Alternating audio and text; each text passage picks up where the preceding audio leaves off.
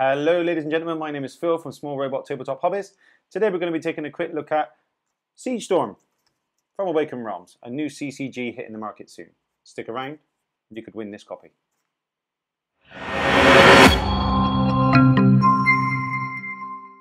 Siege Storm is a new two-player CCG being developed by Awaken. This is the starter pack. There is plans for further expansions, and this is going to retail for about $15.99. It takes about 15 minutes to play a game.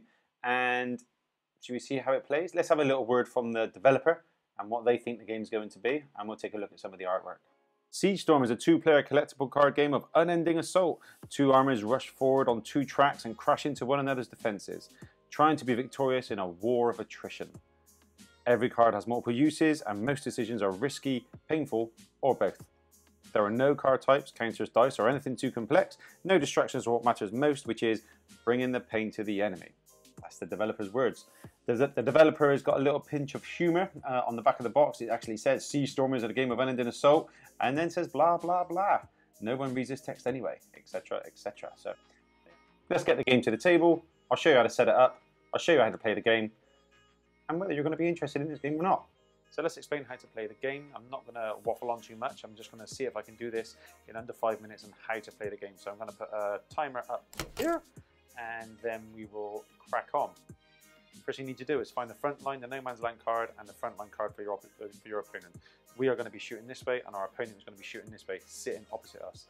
Grab the two faction decks from the starter box, and you want to be looking for the decks with the green symbol in the bottom of the crest. In that crest there's a green little symbol there.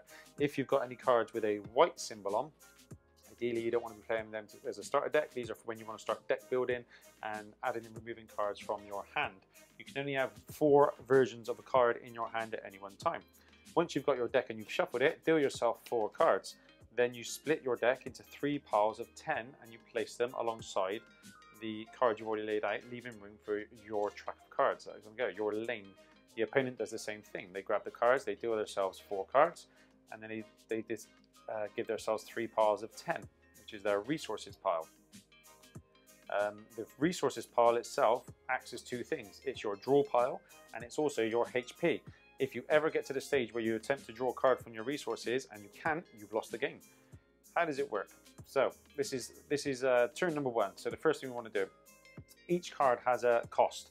The cost is in the top left-hand corner, and the cost is actually how many cards you need to discard from your hand to play this card. For example, if I want to play this Blood Shaman, it costs 1 to play.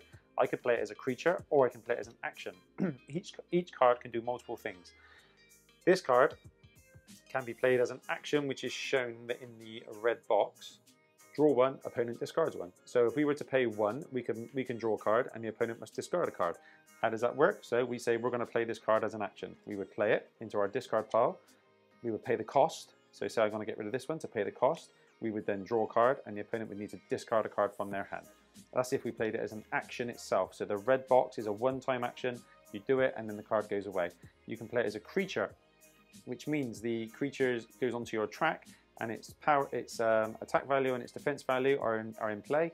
And you also get this passive action, which happens all the time. You can enable the passive action at any time you want. Some cards are very good passive actions, which means you want them to stick around on your track as much as possible. For example, this Fire Dragon, whenever you play a card, deal 1 damage to the opponent. So having this card around, every time you play a card on your track, you're pinging damage to creatures on the opponent's track or your opponent themselves.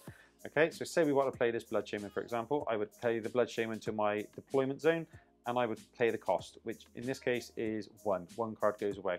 That's the end of my turn for now. It's my opponent's turn. They draw 2 cards. From the top of their resources, they draw 2 cards. They're just going to play a card. It's a cost 2, and they'll just put 2 cards into their casualties pile, actually discard pile. Back to my turn. I'm going to draw 2 cards from the top of my resources. Remember, this is my life as well as my resources, as well as my draw pile. So we've got to make sure we try and manage that as best we can. And then we move creatures. So the creature moves up our track. We're making our way to our opponent's. As soon as we get to the end of the track, things start happening. So we're making our way up. Let's just play another creature. We'll play a succubus. It costs 2, so we'll get rid of this one. 2 dragons. So that creature is in play. There are various passive actions in play. Remember, this passive action is happening all the time. Enemies have -1 attack. So all the enemies on the enemy track now have -1 attack. 2 cards go into my enemy's hand. They move their card up the track as well.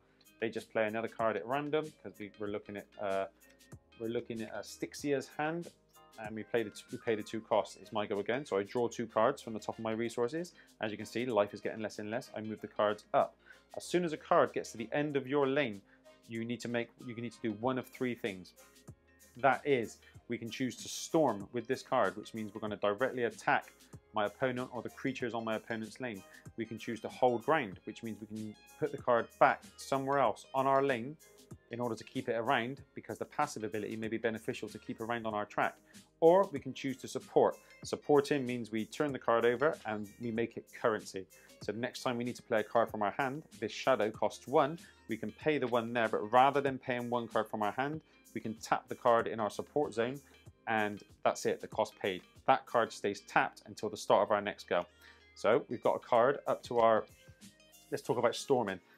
So the supporting and holding ground are fairly self-explanatory. When we storm with a card, a couple of things happen. If we choose to storm, this card has an attack power of 1.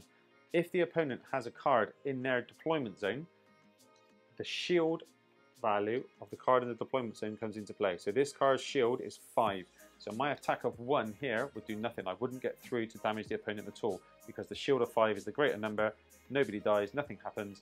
This card does no damage. But when a card storms, the actual action happens as well. So as the card storms, it tries to do damage. Let's get some focus. As the card storms, it tries to do damage. If it does or not, good. But then the red action also kicks in. Draw 1, opponent discards 1. So it gives me another card in my hand, and the opponent has to discard a card from their hand. Once the card is stormed, it goes into your casualties pile. As you can see, if for example, the opponent had no card in their deployment zone, and we got a card to the end of the lane, and we chose to storm, the 1 damage, or whatever damage it may be, the 1 damage goes straight through to the opponent, so the opponent would then have to discard that many number of cards from the top of their resources deck into their casualties pile. So you're physically damaging them by taking away their draw piles and their resources. Holding ground, if you choose to hold ground and bring 1 card back to your deployment zone, just bear in mind you can no longer play cards. If you've got a card in your deployment zone, you can't play cards to your deployment zone without replacing them.